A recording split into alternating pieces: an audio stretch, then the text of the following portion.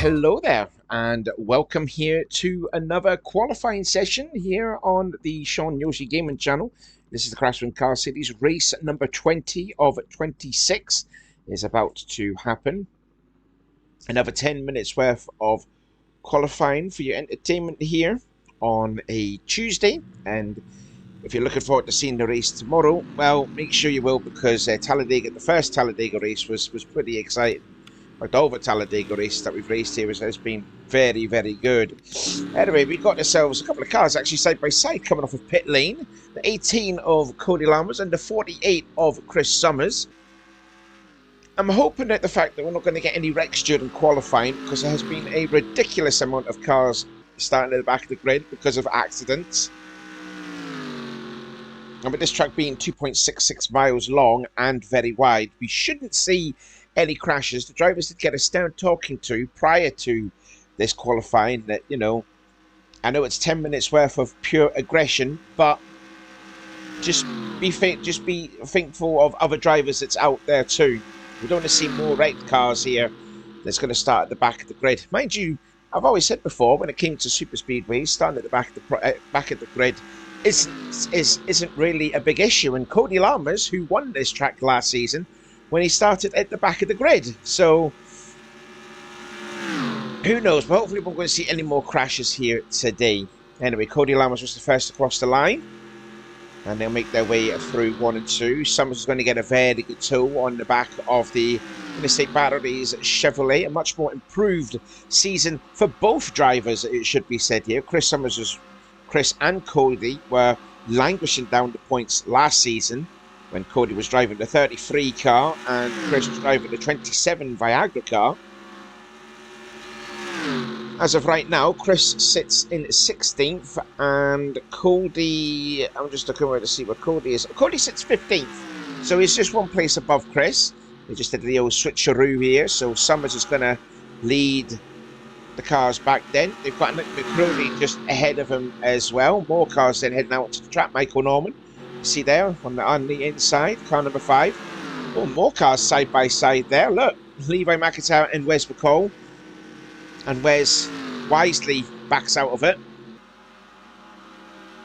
And we see Danny Wells, defending champion, in the Mopar Dodge, and Charlie Buxton in the green victory with Jesus Ford Dodge, my apologies.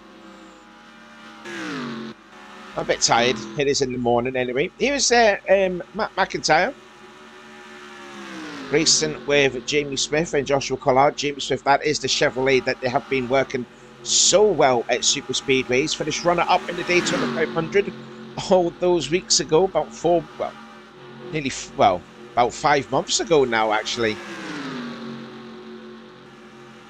Yeah, nearly about 5 months ago when we did the Daytona 500 race. It's the same car that Jamie's racing with, like I said, that got him to second place. It did get kind of wrecked at Daytona halfway through the season, but they have repaired it, so nice effort there from the team. There's Shelton. She's making a bit of a lunge up the points too. Now there she is. They're backing out the Walter Ford, not the USG car.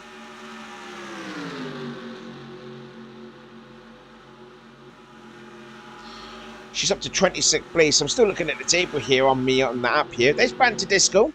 He's got the Harris Chevrolet and the Charter Ford of Sam Oskin. Best finish of the season then for Samet last time out. That's his first top 5 actually, Samet. And there's Kyle Matthews riding a bit hurt after the mother of all incidents last week, but the car went up into the air. And there's the man that we need to talk about here, Daniel Voiles, a record margin of victory last time out. When I looked at it on the app, he came across the line at 32.999 seconds ahead over Matt McLean in second place, which is a record. It's the biggest margin of victory that's ever been recorded in a CCS race.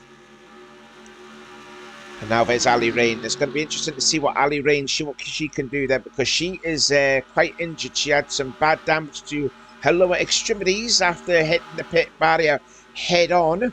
As the two Chip Ganassi teammates are drafted together to get by Matt McLean, who finished second a week ago. But Matt still sits currently last in the points. Jack seemed to be fallen away from the title contention. He is still running in the top 10 in the points, but he is sitting 177 points away from the championship lead. That is still held by Noah Cars. RJ Bishop, the engine problem, that's their teammate, still stayed in second, and the gap between the championship leader Noah Cars to RJ Bishop is now 55 points. So not really lost ground there, because Noah did finish quite poorly too, because he was involved in the big one on the backstretch at Michigan a week ago. Brandon Ross, he's making some movement up the championship, up to 25th now. Some decent finishes now for the Rudd brothers Ford, and he's given Diego Ospina a good run. And there is the 32 of Charles Sanfer.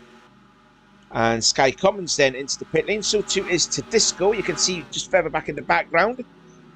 And Sky Commons, the winner at Auto Club, back at round 2. And that's his only top 10 finish afterwards. He's been struggling a little bit here, Sky, since winning at Auto Club. There's another guy that's also struggling too. Dylan Young in the Miller Lite Dodge for the Penske Jasper team. And Dylan is not having a particularly great season. He's down to 36th place in the championship. So Dylan, I don't think he'll be winning the championship here, but hopefully we'll have a good, strong last few races at the end of the season to somewhat make a bit more respectable for him. Wintergreen, the only rookie to win the CCS race this season.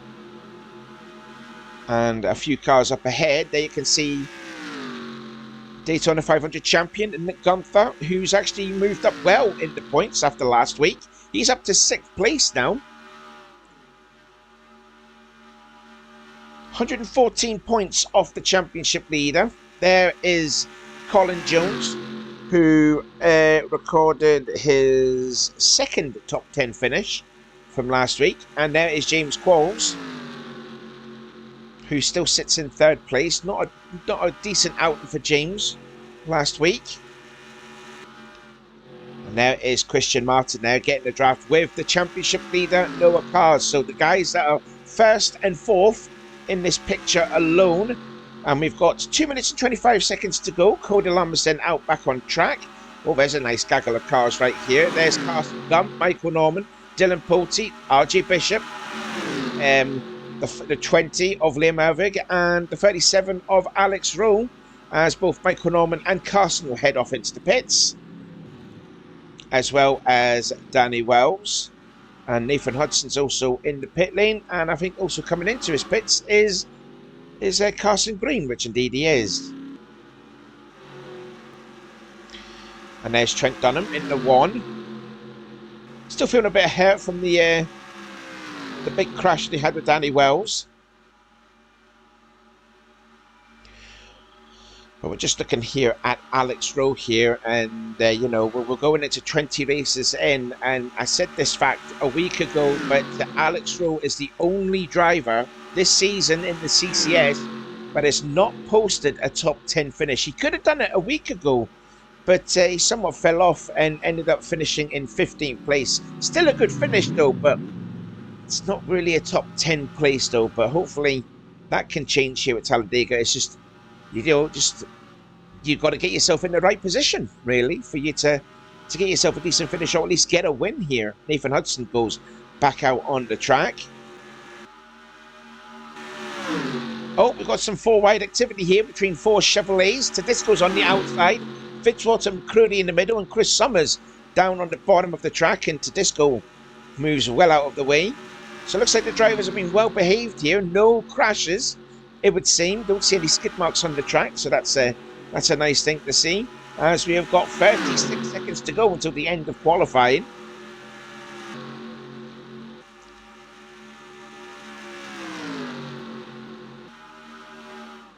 And looking at Jamie Smith there, and there's Matt McLean and Ali Rain.